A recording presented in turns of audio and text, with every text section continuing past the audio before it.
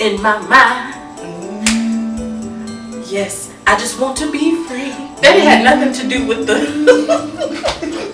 with Silent Night, but he like ad-lib. That is my favorite, or one of my favorite. Merry Christmas to you. Yeah. No, that's the Silent Night, Holy Night. I ain't giving all this away for free. You gonna have to pay me. This is like one of my favorite times of year. Yes. It is, everybody's nice. Like, except that aunt that's not nice to anybody, but everybody else is nice. It's just a great time to spend with your family, with your friends, with your loved ones. And, despite anybody's religious affiliations, it's just a really good time to spend with the family, and I love it. Be reflective. Yes, reflective, exactly. Reflective. But it's also like such a crazy, chaotic, and stressful time where there are days where you're like, oh my gosh, I can't believe that I said that I would do the Thanksgiving dinner and the Christmas dinner and the this and the that. Like, why did I sign myself up for it? So the word of the holiday season, besides love, peace, joy, all the ones that we already know, is self-care. You gotta take care of yourself so that you can take care of other people. That is so correct, and it's such a thing where we don't really think about how much we give of ourselves. And then have you ever, and I don't know if you've ever experienced this, but you feel like you give, and then you turn around and you're like, okay, but who's there to do for me? And it sucks. So we have to pour into ourselves and be totally unapologetic about this.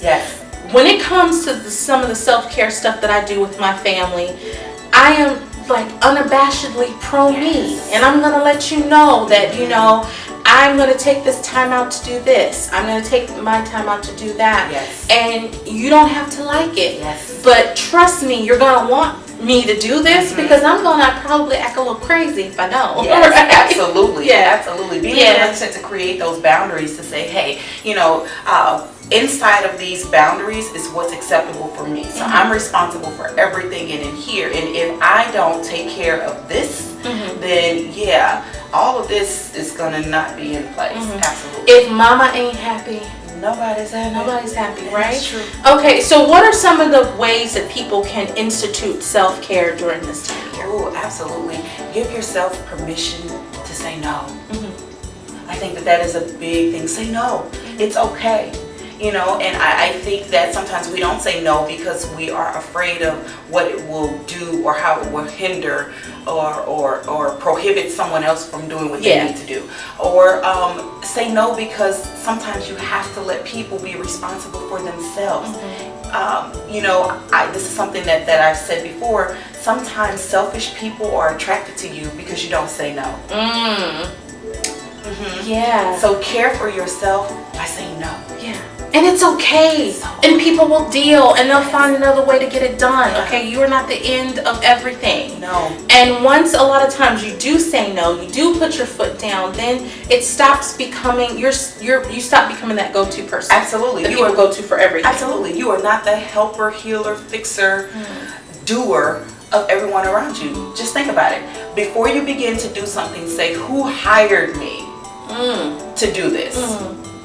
And if you can't say that someone who put you in charge, you don't always have to be in charge. Say no.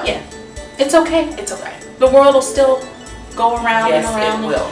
Spin on its axis and everything will be okay. Okay, so what's some ways that people can have their constitutional self-care? Like what are some tips for that? Ooh, so first of all, know that you're worth it. So we have to be able to create a mindset from the beginning to say that I'm worth it. Okay. So if there's something that you enjoy that you haven't done, it's the end of the year and you haven't gotten that massage, or you haven't gotten your mani and pedi, or anything, just time alone to read that book.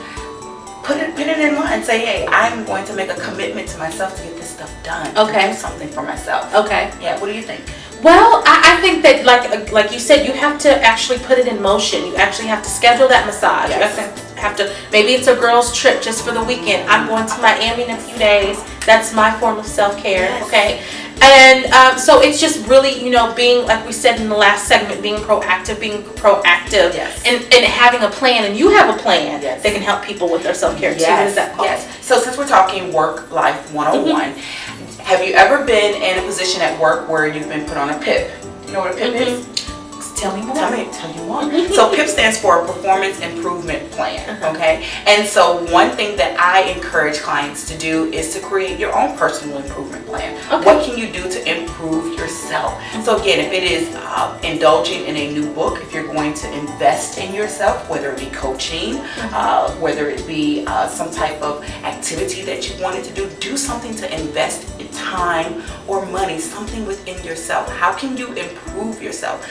So that would be step one. What areas of improvement? Maybe list those areas. What would I like to improve about myself? Okay. And then step two would be to find out what you need to do. What steps is it actually going to take for you to do it? So if improving yourself means going and buying yourself a new shirt or a new something new, put that plan in motion. Whatever you want to do that you feel is going to make yourself feel improved, a better version of you. Exactly. Because I think women, guys don't apologize for their self-care rituals, No. what they do. It's us women that always feel guilty because we're spending time on ourselves.